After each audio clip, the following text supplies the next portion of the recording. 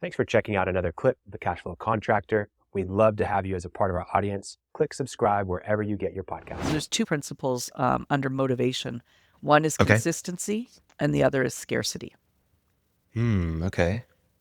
So when we're talking about consistency, it's that people prefer to be consistent within themselves. So it's true that you should also be consistent. If you say you're going to do something, you should do it. But that's not the principle that I'm talking about. What I'm talking about is that once someone makes a small agreement, they are more likely to make a larger agreement along that path.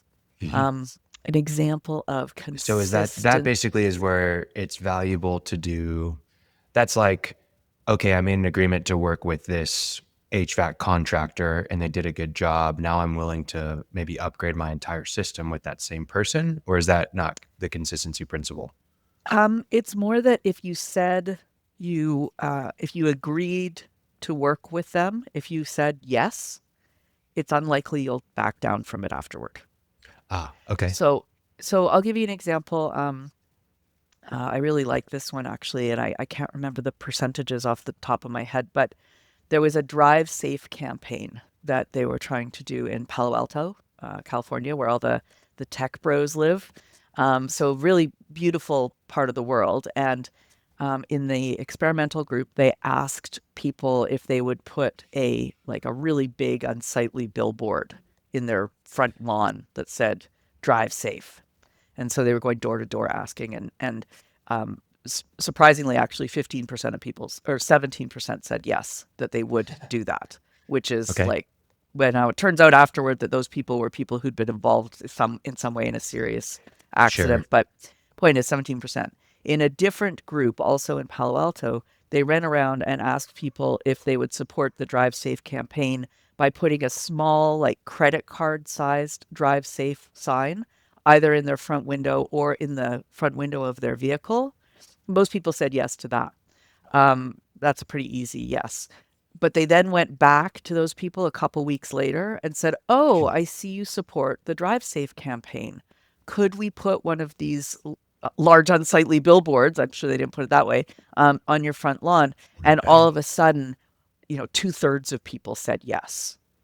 And Wow. it's because they were trying to be consistent. Right. Well, if I put up this, I should probably do that. And so the point of the principle of consistency is to really construct your arguments in such a way that we find a point of mutual agreement, and then you go beyond that to keep the person consistent with that point of agreement. That feels the least ethical so far, I feel like. But maybe They're all persuasion. No, they're all persuasion. I've thought a lot about and written about force versus persuasion, which is not really the topic here, but how not just how people accept it, but anyway, that's taking it off. But a lot of people like the shortcut of making somebody do it, which let me especially try in the realm of our employees. But go ahead. Let me try a different example for you, just so you can get the ethical sense here. So, Sure. Gordon Sinclair had a restaurant in Chicago, fantastic restaurant, did really well. However, it was reservation only. And this is back in the day before we did the reservations on our phone. Well, we did on the phone, but we spoke to a human. Telephone. And telephone. And so the problem in this restaurant was no-shows, because it's not like there's a line of people waiting for those tables. And they actually had a 30% no-show rate, which is, that's big. That's going to eat all your profits. So Gordon Sinclair was a student of Dr. Cialdini. He was very interested in his work. And so he started looking at how to resolve this. And what he found is his receptionist, when people were phoning in to book, she would say, "Please call," at the end of the call, 4 people this day, this time. She would say, "Please call if you have to change or cancel your reservation." Well, he made one small change to that script. And instead of saying, "Please call," she said, "Will you please call if you have to change or cancel your reservation?" And just by adding those 2 words and then a pause to wait for the person to agree, that's the only change they made. No-shows went from 30% to 10%. So they changed it from a command to a question where they participated and made a choice. They made a choice, and then people are very more inclined to behave consistently with Right. what they said they would do.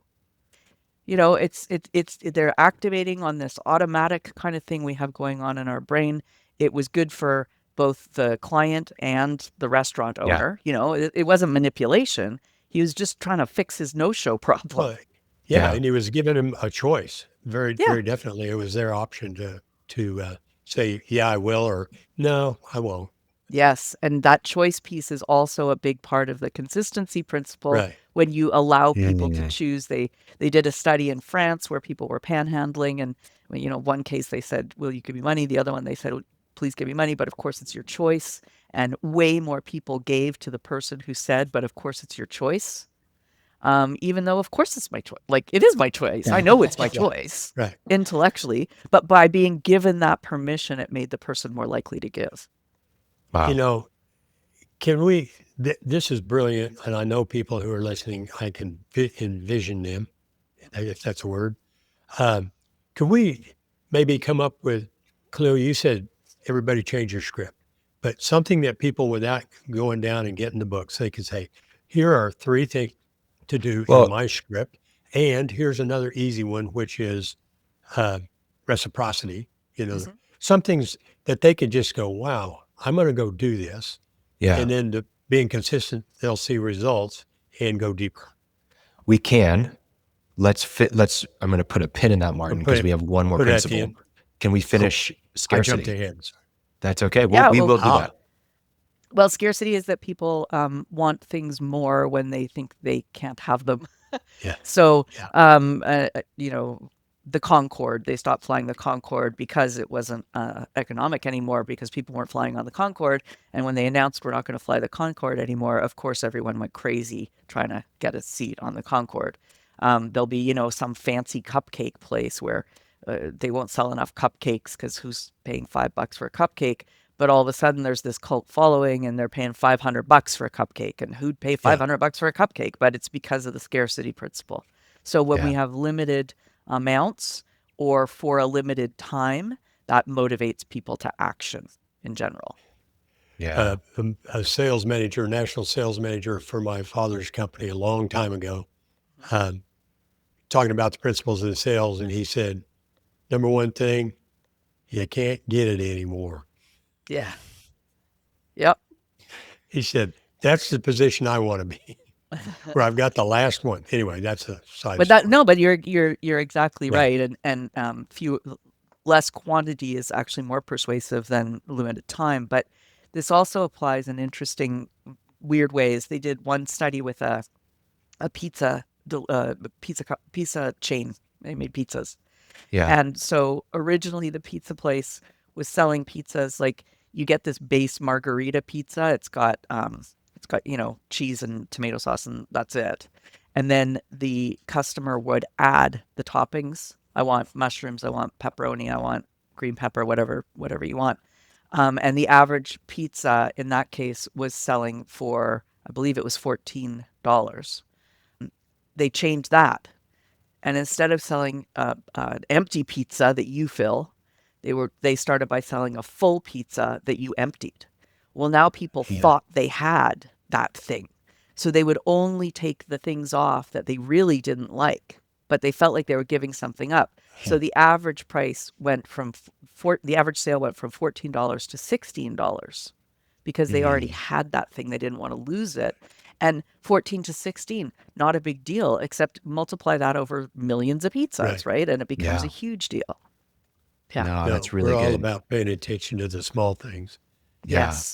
Yes. Okay. You know, that on that one too, you see Amazon a lot, only 2 left. You know? Yeah, exactly. I mean, exactly.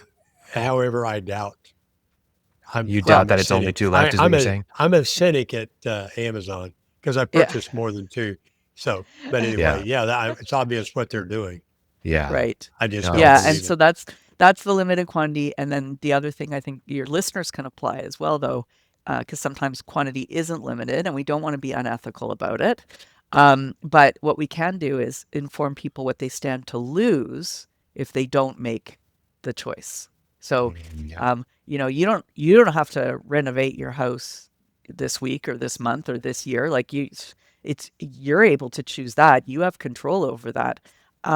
If you don't, though, the odds are prices are going to go up when it comes to lumber and this and that. And I don't have control over that. I'm just the contractor. I don't go cut the trees down. So you're free to choose, but this is what you stand to lose. Now we're activating on a couple of different principles there. And that becomes even more powerful. Well, and there's so many. I've worked with, we had a guest once upon a time on, John Hill, and he's a great salesman, but he would just talk about, he's selling pergolas in the backyard, and really just a backyard experience more than just a pergola. Exactly. And he would just talk about how the weather's about to be nice and you're not going to have a shaded area for you to sit in. And it's going to be another summer where you're stuck inside wondering what we're going to do today.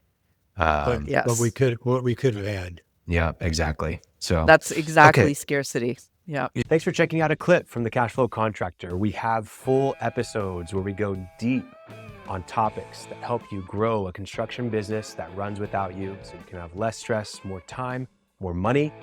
Now, we've got other videos, other clips, but if you want to check out the full episode for this clip, you can click wherever our editor put it. It might be here, it might be there, it might be over my face, I don't know. But thank you for checking us out. We'd love to have you as a part of our audience. So subscribe or check out a full episode wherever you get podcasts.